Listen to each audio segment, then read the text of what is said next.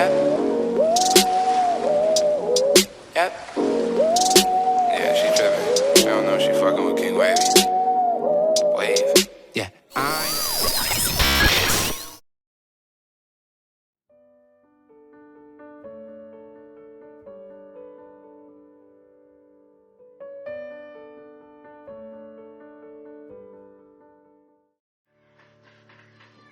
Two reasons that you don't really know what you want. Number one, you have it. Number two,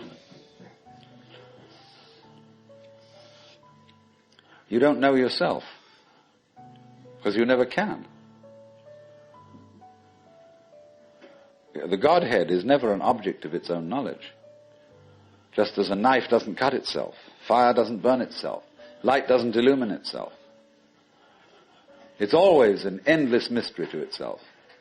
I don't know. And this I don't know, uttered in the infinite interior of the spirit,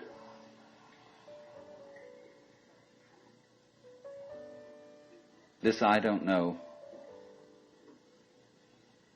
is the same thing as I love, I let go, I don't try to force or control.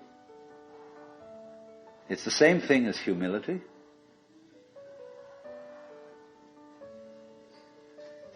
And so the Upanishads say,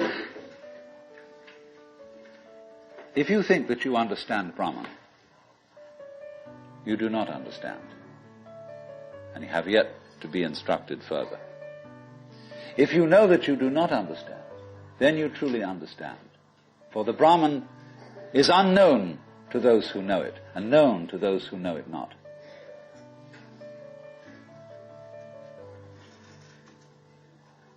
And the principle is that any time you, as it were, voluntarily let up control, in other words, cease to cling to yourself, you have an access of power. Because you're wasting energy all the time in self-defense, trying to manage things, trying to force things to conform to your will. The moment you stop doing that, that wasted energy is available. And therefore you are, in that sense, having that energy available, you are one with the divine principle. You have the energy. When you're trying, however, to act as if you were God, that is to say, you don't trust anybody and you're the dictator and you have to keep everybody in line, you lose the divine energy. Because what you're doing is simply defending yourself. So then, the principle is, the more you give it away, the more it comes back. Now you say, I don't have the courage to give it away. I'm afraid.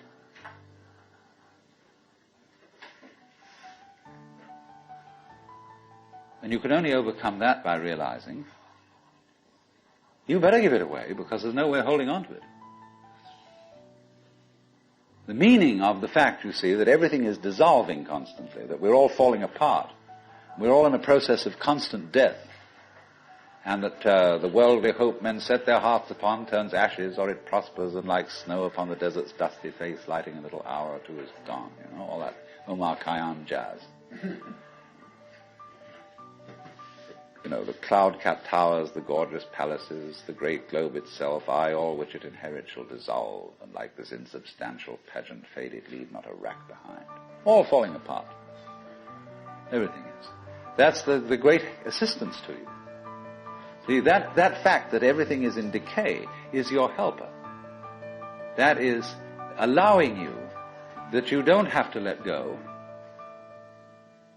because there's nothing to hold on to.